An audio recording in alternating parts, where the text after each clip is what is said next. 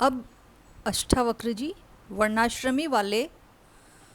वर्णाश्रमी धर्म वाले स्थूल शरीर से और धर्माधर्म रूपी वाले संस्कार वाले लिंग शरीर से विलक्षण परिपूर्ण चैतन्य स्वरूप आत्मा को दृष्टांत के सहित कहते हैं।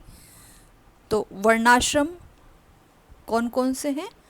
वर्ण तो है ब्राह्मण, क्षत्रिय, वैश्य और शूद्र।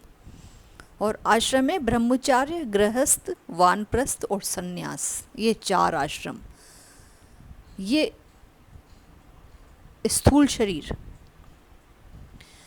और वर्णाश्रम वाला स्थूल शरीर और धर्माधर्म रूपी संस्कार वाला लिंग शरीर, यानी कि महिला और पुरुष।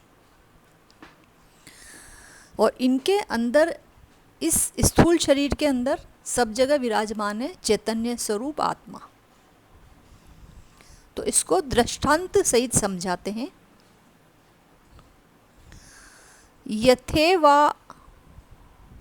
यथेव आदर्श मध्यस्थे रूपेन्तः परितस्तु सः तथैवास्मि अच्छरीरेन्तः परितः परमेश्वरः। हे जनक, जैसे दर्पण में प्रतिबिंब जो शरीर आदि है, उनके अंतर, मध्य और बाहर चारों तरफ दर्पण व्याप्त करके वर्तता है, अर्थात वह प्रतिबिंब अध्यस्त है, अर्थात दर्पण में देखने मात्र का है, स्वरूप से सत्य नहीं है। जिस प्रकार से हम दर्पण में अपना प्रतिबिंब देखते हैं और बार बार देखने के जो अभ्यस्त हो गए हैं और वो असली लगता है, लेकिन हमें पता है कि वो सिर्फ देखने मात्र का है, स्वरूप से सत्य नहीं है। वैसे ही अपनी आत्मा में अध्यस्त जो शरीर है, अपना शरीर जो है, शरीर और आत्मा एक होके उनका बहुत ज़्यादा अभ्यस्त हो गया है, तो हम उसको एक ही मानते हैं। उसके भीतर, बाहर और मध्य और सर्व और चेतन आत्मा ही व्याप्त करके स्थित है। हे राजन, कल्पित पदार्थ की अधिष्ठान से भिन्न अपनी सत्ता कुछ भी नहीं होती।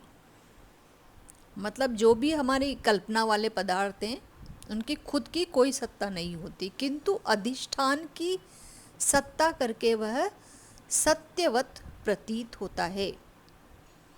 जैसे सुक्ति में रजत, जैसे मोती के अंदर हमें चांदी जैसा दिखता है मोती, दर्पण में प्रतिबिंब प्रतीत होता है, जैसे सुक्ति में रजत और दर्पण में प्रतिबिंब प्रतीत होता है, वैसे शरीर आदि भी आत्मा में उसी की सत्ता करके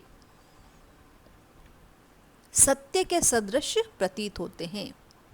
वास्तव में ये भी सत्य नहीं है, किंतु मिथ्या है। दर्पण के दृष्टांत से कदाचित जनक को ऐसा भ्रम हो जावे कि जैसे दर्पण परिचिन्न है, वैसे ही आत्मा भी परिचिन्न होगा। इस भ्रम को दूर करने के लिए ऋषि जी दूसरा दृष्टांत देते हैं।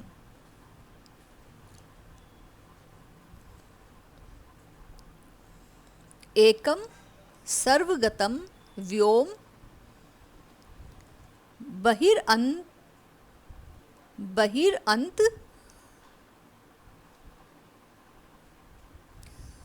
बहिरअंतर्यथा घटे नित्यम निरंतर ब्रह्म सर्वभूत गणे तथा। जैसे सर्वगत एक ही आकाश घट पट आदि में बाहर भीतर और मध्य में व्यापक है। घट और पट, घट तो जैसे मटका है, तो इसको जो है हमें शरीर की तरह उदाहरण है ये घट। और पट, पट मतलब पर्दा, तो जब पर्दा उठता है तो हमें बाहर का दृश्य दिखाई देता है। तो जैसे सर्वगत एक ही आकाश घट पट आदि में बाहर भीतर और मध्य में व्यापक है, वैसे ही नित्य अविनाशी आत्मा भी संपूर्ण भूतों के गणों में बाहर भीतर और मध्य में व्यापक है। एष ते आत्मा सर्वस्य यांतर इति श्रुते है। यह तेरी ही आत्मा सबके अंतर व्यापक है, ऐसा जानकर हे जनक तू सुख पूर्वक विचर। इति श्री अष्टावक्र गीतायां प्रथमः प्रकरणम समाप्तम। अब जो है अगली वीडियो में दूसरा प्रकरण का अध्ययन करेंगे। बेहद की परम शांति। वीडियो को अंत तक देखने के लिए बहुत बहुत धन्यवाद। बेहद की परम शांति। सोचो बोलो परम शांति मिल जाएगी।